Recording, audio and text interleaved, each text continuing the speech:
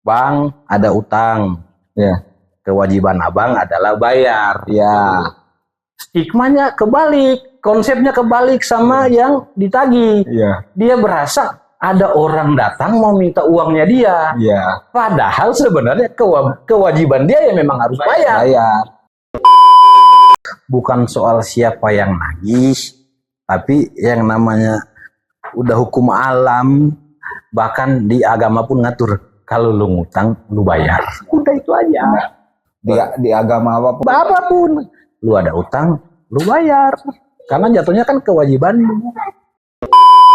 Memang ada juga oknum yang, tapi ya itu namanya oknum.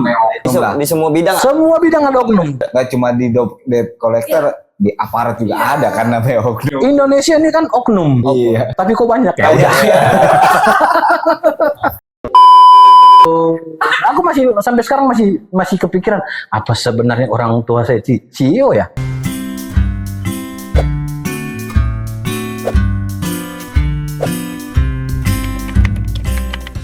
Oke, kembali lagi kita akan ngobrol santai di ruang cerita ini. Tapi sebelum kita panjang lebar nih, saya lagi nggak sendiri sama Bang Kiki. Iya, saya rada-rada tegang nih sama. Iya, ente punya cicilan nggak sih sebenarnya? Iya nih makanya gue deg-degan aja di tadi ada apa ya? Perasaan gue udah bayar cicilan semua dah. Aman. Saya juga aman sebenarnya nih. Lah, tapi kok bisa didatangin begini kita? iya ya. Siapa dia? Siapa ya? Coba. Ini dia, Bang Tio. Oh.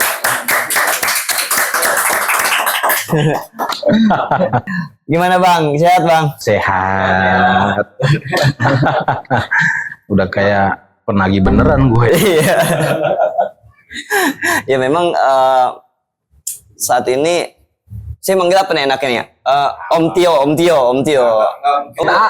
Dong. Abang aja. Bang ya. Jadi gini Bang, boleh silakan Bang Tio. Jadi Bang Tio, saat ini memang di Jakarta khususnya di Kalibata saat ini sedang chaos. Cuman kita tidak mengetahui secara spesifik terjadinya itu. Cuman yang kita sayangkan harusnya tidak sampai terjadi. Jadi kita harapkan semoga kasus itu sebenarnya cepat selesai Om ya. Ya. Oke, ente nih yang bawa Om Tio ke sini nih. Mungkin beberapa teman-teman kita Maru Channel itu belum mengetahui siapa sebenarnya Om Tio ini. Kalau awal gue kenal dari Bung Teo ini, kita biasa manggilnya Bung ya. Banget tuh ya.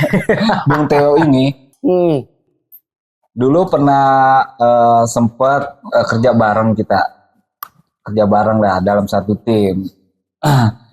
Waktu pertama dia mau melamar ya, iya. Waktu melamar masuk kerjaan tuh. Dia itu bawa CV pas gue lagi nggak ada, bener ya? Ya, nitip security doang. Saat itu posisi gue masih di level supervisor lah, katakanlah ya. Jadi ada manajernya, ada kepala cabangnya. Nah, si kepala cabang ini ngasih ke gue, Ki, ini coba nih follow up orang yang mau lamar. Pas gue lihat, waduh, bos, cocok nggak buat marketing nih? Iya, kan ngelamar marketing nih, masa yang beginian nih bos nih, jadi sales nih bos. Bang lagi. Nih, gimana ya bos ya? Gue ragu banget ini. Gue bilang kayak gitu. Cuma karena ya singkat cerita diyakinkan sama bos gue, akhirnya gue follow up. Nah, datanglah beliau seperti itu. Dan sengaja bukan sengaja, maksudnya pas dia datang ternyata nggak sesuai dengan casing. Yang mungkin kelihatan casingnya Om Tio ini seram, galak nih. Ternyata beda pada umumnya lah ya. Beda pada umumnya. Kalau kata bahasa Bung Tio apa tadi? Itu murtad. Orang itu lebih murtad.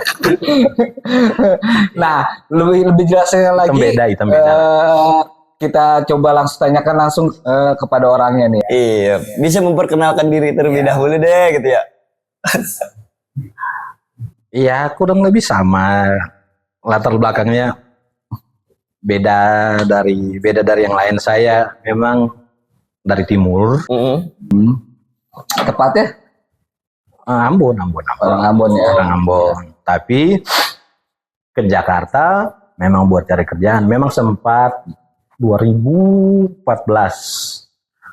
tuh ke Jakarta, pekerjaan pertama di bidang kolektor ini. Oh, di bidang itu. Oh, berarti sempat masuk. Di leasing, nggak usah bilang nama instansinya lah ya. Oke. Tapi 3 bulan 4 bulan aja. Oh, nggak lama berarti. Nggak lama. Tapi setidaknya basic sudah tahu ya. Tahu konsepnya kayak apa segala macam. Kalau boleh tahu itu kenapa cuma 3-4 bulan aja ya, Yo? Itu balik lagi. Kolektor ini memang kerjaan yang kalau mau dibilang kita harus pintar-pintar bawa diri stigma juga. Benar. Apa mungkin ada satu cerita yang buat lu? Bisa aja. Waktu itu mungkin kantor itu nerima saya karena ya tampilan begini.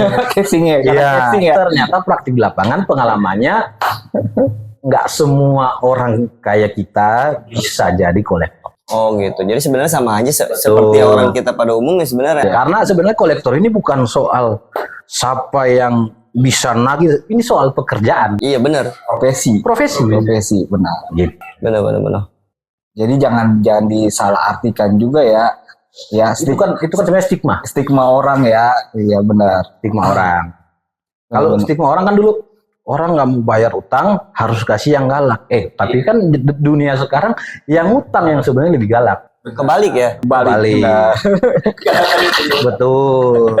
Terus kadang tuh orang yang utang dia bikin kondisi seolah-olah dia yang korban. Benar.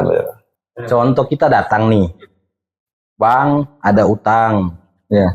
Kewajiban abang adalah bayar. Ya.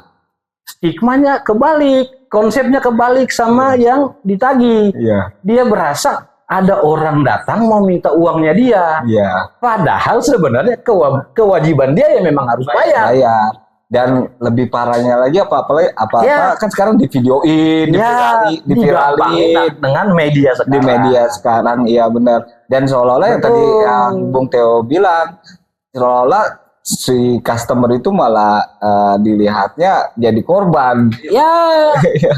Padahal mah ya kan kita kerja. Iya. Ya, padahal menjadi seorang profesi debt collector itu nggak mesti dari satu golongan kan? Enggak. Bisa kan? Memang pengalaman saya waktu itu ya, kenapa saya sempat keluar, ada satu cerita dulu di kantor lama. Kan saya kolektor baru berapa bulan lah. Malah senior saya bukan orang orang sini sebenarnya. Orang asli sini. Ya. Pokoknya bukan orang gua lah. Iya, benar. Temanin. Yuk, ayo ikut jalan kita. Aman-aman aja. Pas ketemu ada pernah satu customer. Kata senior saya nih, ini orang ribet. Ribet. Pokoknya licin aja. Tiap kali ini. Lu tolonglah. Satu sisi kan gue juga nggak tega nih, karena ini dunia baru buat gue. Ya gue mah modal yakin aja. Ini soal pengalaman ya. Gue bilang ya udah, paling nggak dia tahu yang datang gue. Benar. Yang penting casing udah menjual. Paling nggak kita kasih tampilan dulu aja. Gue samperin, bener. Gue samperin. Petakan dia. Kalau mau bilang ya kasihan orang susah juga banyak kan. Ya kondisinya dia tinggalnya petakan tuh. Datang. Maaf, saya potong. Ini dia utang apa nih? Motor. Leasing motor waktu itu. Gue samperin. Sama ini orang, sama senior gue nih. Samperin. Anaknya keluar. Kata gue, aduh, ini bocah nih. Bocah kagak keurus lah. Aduh, kasihan juga. Datang bapaknya. Yang biasanya sama senior, Bang, aman lah Bang, gitu-gitu. Pas lihat gue, dia tiba-tiba, selamat siang Bung. Gue, dalam hati gue, paling nggak gue menang nih. Gak harus tega. Gue cuma ngomong ini, Bapak punya kewajiban, saya kerja. Kewajiban saya buat laporin. Ya. Paling nggak, gue datang bukan buat minta segala macam. Kooperatif aja. Bapak bisa kapan, nanti saya datang lagi. Gitu aja dulu. Kan kita datang bukan ujuk-ujuk, Mana? Waduh, itu mah film-film. Iya. Itu di film tuh. Film tuh. Kayak begitu tuh. Bapak, kita cuman jalankan kewajiban buat minta kewajiban Bapak. Buat harus bayar. Karena secara tampilan gue udah menang, Bapaknya, iya Bang. Tapi nanti, iya saya mah pasti nanti bukan sekarang. Bapak harus tentukan kapan saya datang. Pasti. Karena nggak mungkin tiap hari saya datang nih. Iya. Oh ya, iya. Akhirnya selang 3 hari, bikin nyanyian 3 hari, bener datang beres. Jadi bukan soal kita harus galak-galakan, bukan. Jelasin aja. Iya. Memang secara tampang rata-rata orang ada pressure. Betul. Tapi kan tergantung lagi. Iya, bener. Kalau dia kooperatif mah, ya kali. Iya, udah. Lebih ke ada cerita lucu aja. Pernah sekali ada case lah. Iya. Datang. Ini orang nih, kita tahu nih dia dalam rumah. Menarik nih. Nunggu. Oh, ya nggak ada. Nunggu, nggak ada. Udah berapa hari lah. Tapi kita ternyata tetangga situ. Ya sembari nunggu kita ngopi lah. Oh, berarti itu nunggunya berhari-hari tuh? Ya paling nggak, Seminggu bisa beberapa kali lah ya. adalah kita luangkan waktu pas lewat, coba mampir 2 jam. Oke. Ngopi lah. Tentang, ini orang ada nggak sih? Berarti ada pak. Berapa kali sempat, adalah teman gue yang iseng. Oh ada, ya udah. Lama-lama males juga, iseng lah dia. Ini cerita lucu aja. Iya. Dia lihat rumahnya, oh ada orang segala macam. Iseng dia matiin sekring. Kan orang dalam juga bete ya. Dalam mati lampu. Anggaplah AC mati, mau nonton apa kan? Pinter juga Iseng ya. aja kan. Ngomong udah sebatangnya ya. Tahu keluar, selamat siang Bapak. Iseng. Gue nggak tahu itu benar apa enggak segala macam, tapi ya namanya orang lapangan ada aja ide. Iya. Ide agak buruk tapi cemerlang, kurang lebih begitu. Luar biasa. Ngomong keluar ya udah, ngomong baik-baik, Pak begini. Oh ya Pak, ya udah. Yang penting selama dia kooperatif, ya kita juga bukan orang gila yang datang. Ayo ini enggak. Iya. Itu pengalaman 2014 lah. 2014. Gue nggak tahu perkembangan sekarang kayak apa, malah berita yang viral kemarin yang di Kalibata ya. Nah itu gimana tuh Om? Ngetahuin nggak Om? Gue cuma denger dong tuh. Oh ada mata elang. Memang banyak mata elang sekarang. Tapi kan bukan ujuk-ujuk mata elang yang salah atau nggak semua mata elang benar. Nah, Betul. Jatuhnya oknum juga. Betul oknum. Sebenarnya setiap profesi apapun pasti ada oknum sebenarnya. Kurang lebih kan begini. Ada sebelum ini kan viral ada yang rame. Oh ternyata ini udah lunas, kok datang lagi. Nah itu Om gimana? Nah itu jatuhnya oknum tuh. Kita nggak tahu benaran database-nya bagaimana sampai dia bayar dan segala macam, tapi itu jatuhnya oknum. Untuk penagihan sampai ke mata elang, yang orang bilang mata elang ini, itu sebenarnya panjang. Konsep setahu gua zaman waktu gua berapa bulan di leasing tuh. Ya berarti kan maaf Om. Berarti kan di setiap pekerjaan kan pasti semua ada namanya SOP dan aturan-aturannya dalam penagihan gitu. Iya betul. Nah itu seperti apa Om? Biar masyarakat juga tuh mengetahui bahwasannya kita atau seorang debt collector pun ada aturannya gitu. Ada. Contoh nih, nggak ujuk-ujuk lu punya utang, tahu-tahu bukan dihajar, bukan ujuk-ujuk lu punya utang, tiba-tiba langsung datang disamperin mata elang, nggak begitu. Biasa tuh ada level-levelnya, ada tahapannya. Kan nggak mungkin lu cuma nunggak sebulan tiba-tiba Datengin. nggak ujuk-ujuk begitu juga. Kan pasti anggaplah kita semua pernah lah. Iya benar. Jangankan sampai leasing segala macam. Kita punya kartu kredit jatuh tempo 1 minggu aja pasti ada yang hubungi dari pihak bank kan. Pak, ada tagihan jatuh tempo. Nah, collection pun juga begitu. Biasanya tahapannya begini nih. Kalau maaf bentar. Ini berdasarkan pengalaman. Oke. Biasanya tuh kalau customer ada yang nunggak 1 bulan, nggak ujuk-ujuk datang, nah pasti ditelepon dulu. Itu biasa disebut desk call. Okay. By phone. penagihan lewat telepon. Oke. Tapi itu pun yang karena ini leasing resmi, telepon pun pakai prosedur. Selamat siang Bapak, kita mau mengingatkan gini-gini. Bukan Skrip mungkin ya. ada skrip, bukan kayak ini bayangkan nelpon lewat lagi, bukan kayak yang sempat viral. Itu mah pinjol, kita nggak tahu tuh. Yang woi lu bayar, itu bukan tuh. Sampai mengeluarkan kata-kata kasar. Nah, itu beda. Itu nggak tahu manusia dari mana tuh. Nggak pakai aturan ya. Sampai kantor beda. Ketika dia ada jatuh tempo, dia akan ngomong, halo dengan Bapak A, Bapak jatuh tempo tanggal sekian, kira-kira bisa kapan. Itu hanya buat menerangkan bahwa Bapak ada utang. Oh, dikasih warning sebelumnya. Ya, bukan hanya pas jatuh tempo, sebelum jatuh tempo pun kadang juga ada. Pengingat Gitu, reminder. Itu untuk 1 bulan. 1 bulan, 2 bulan. Kalau udah lebih, biasanya ada yang datang. Oke. Toh kalau nggak datang pun, yang telepon beda orang. Bukan desko lagi, beda desko tuh cewek lah. Iya. Karena pendekatannya masih baik nih. Berikutnya pasti yang telepon pasti minimal cowok. Pasti ngomongnya, boleh kita izin ke rumah buat ngobrol gitu-gitu. Baca Pasti ada SOP-nya. Kalau yang resmi itu tetap ada SOP. Tetap ada SOP-nya. Oke.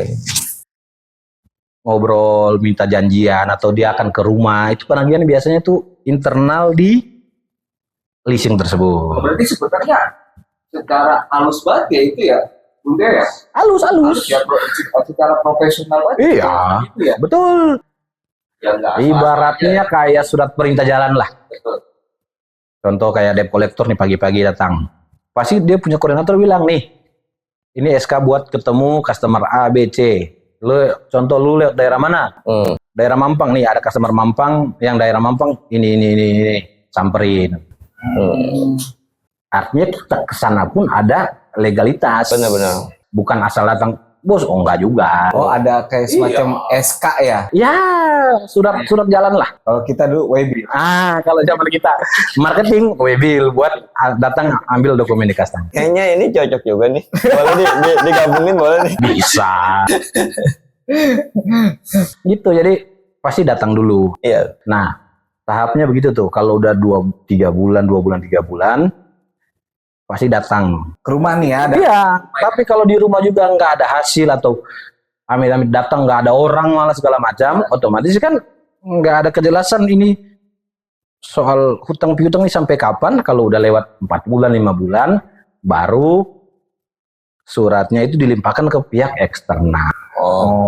Eksternal ini pihak berikutnya dari leasing. Udah di luar dari debt collector itu ditugaskan berarti. datang tolong bantu PT ini nih buat nagih. makanya itu disebutnya matalang. Matalang ini bukan nama institusi ya.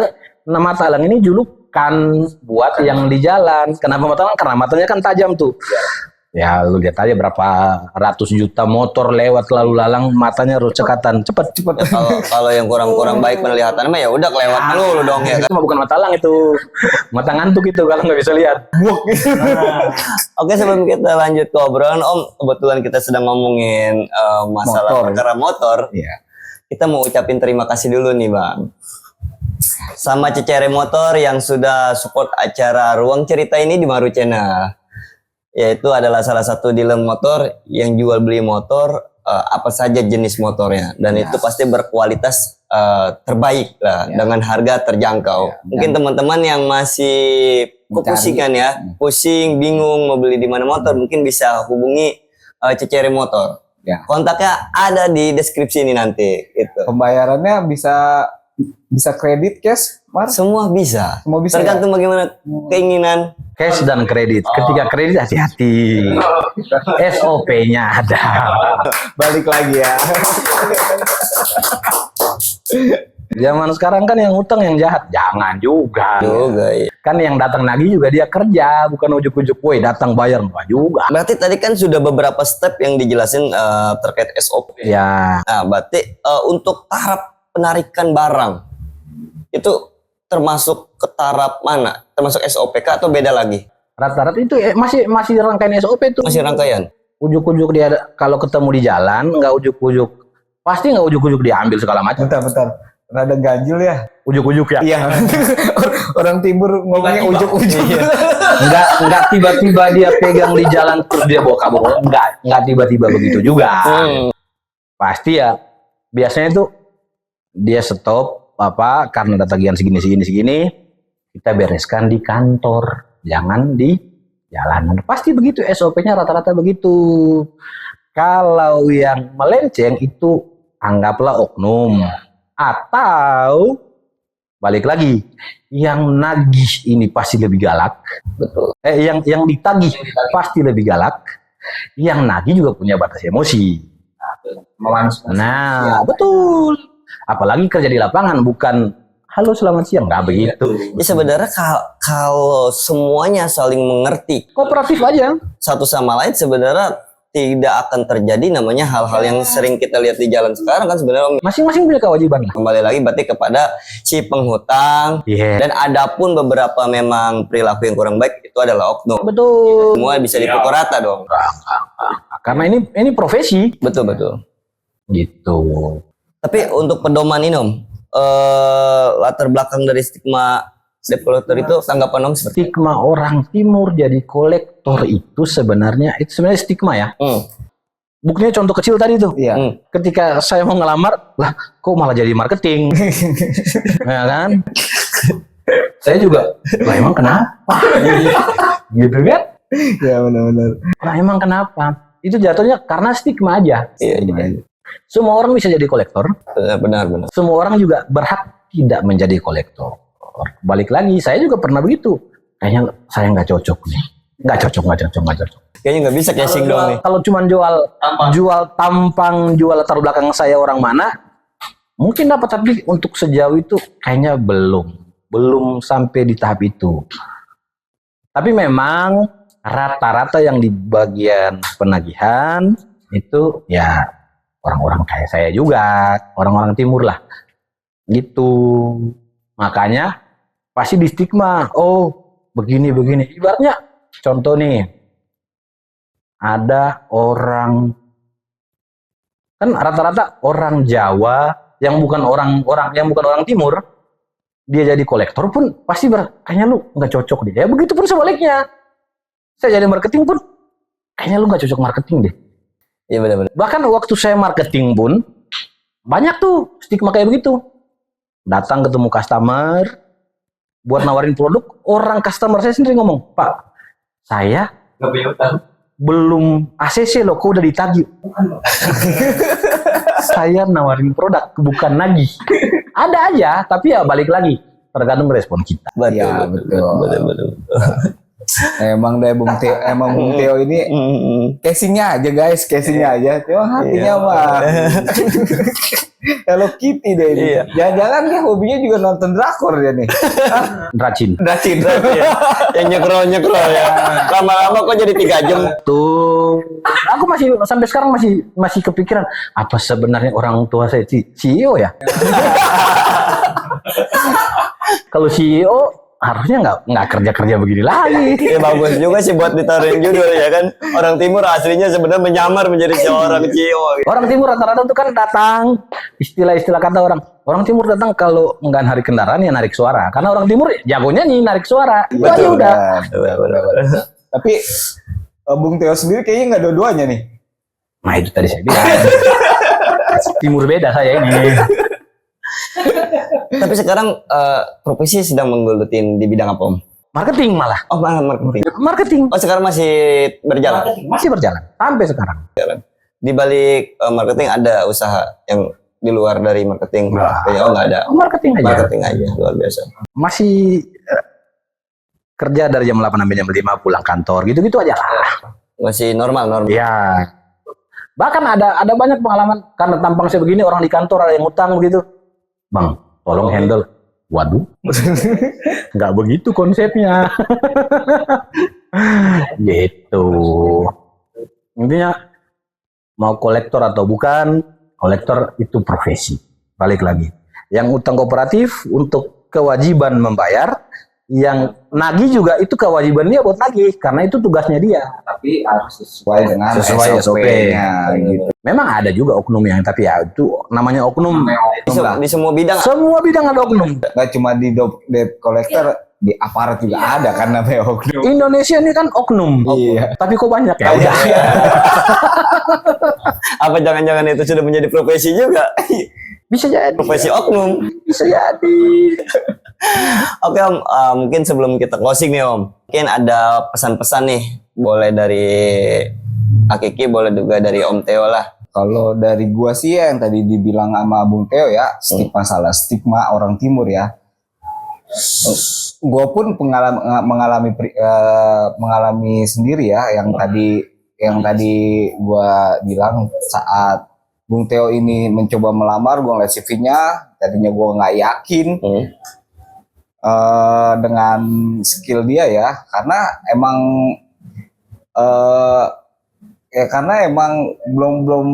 bukan belum ya, tapi jarang-jarang pernah ada orang timur menjadi sales gitu. Dengan tampang kayak begini ya. Ya, tapi saat dia bekerja itu dia termasuk ring satu gua, ring satu gua. Jadi stigma gue jadi berubah. Dan gua harap untuk masyarakat juga jangan jangan mempunyai stigma seperti itulah. Betul. Jangan memukul rata orang timur itu pekerjaannya seperti ini. Banyak juga orang timur yang ada di stand up komedi malah, ya kan? Ada kan? Malah kolektor itu dia. Iya. nggak semua lah. Dan kalau untuk masalah debt collection dengan customer ya itu yang tadi dibilang Bung Theo, sesuai dengan kewajiban Yang sadar aja dan kewajiban dan keprofesional dari si penagih itu aja lah. Kewajiban untuk customer untuk membayar dan profesional dari debt collection-nya sendiri lah. betul. Mungkin Om Theo bisa disampaikan pesan-pesannya biar Pesannya simpel. Bukan soal siapa yang nagih, tapi yang namanya udah hukum alam, bahkan di agama pun ngatur kalau lu ngutang lu bayar. Udah itu aja. Di agama Apapun lu ada utang lu bayar. Karena jatuhnya kan kewajiban lu. Iya. Gitu aja. Terima kasih banyak Om Theo sudah nyempatin waktunya hadir. Terima kasih juga udah mengajak Om Theo di sini untuk ngobrol bareng di ruang cerita biar semuanya sama-sama memahami apa yang sudah diuraikan oleh Bung Theo terkait penagihan seperti apa. Terima kasih banyak. Saya tutup acara ini. Wassalamualaikum warahmatullahi wabarakatuh. Waalaikumsalam warahmatullahi wabarakatuh.